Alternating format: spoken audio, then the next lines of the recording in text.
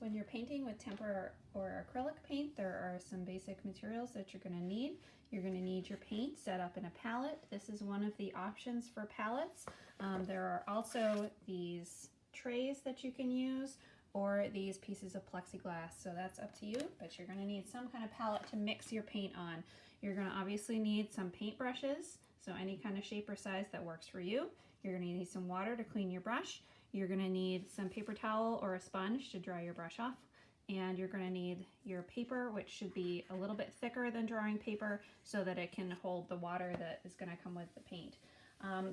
Whether you choose tempera or acrylic is up to you. You can play with both of them and decide which one you like better, but just make sure that you are aware that acrylic, if it gets on your clothes, it's permanent. Once it's dry, it's there forever. Tempera generally washes out a lot better.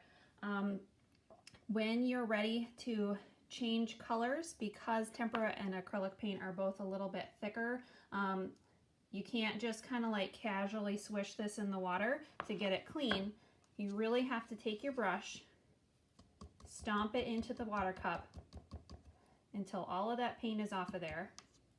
Scrape the extra water off on the side of the cup, and then pat that dry so that all that extra water doesn't go into your other colors of paint. When you're ready to clean up at the end of class, if you've got extra paint in your palette, please scoop it out and put it onto the community painting, which is to the right of the sinks on a big board, so that that doesn't go down the sink and clog up the drain. Then wash this out, put it to dry in the drying dishpan thing next to the sink.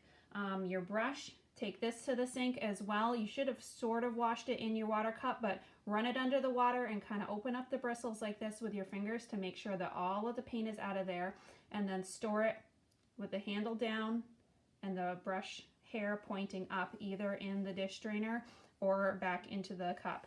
When you're painting, this brush should never be sitting in the water because that can make the hair fall out. Should always be just laying down or sitting across the cup like this.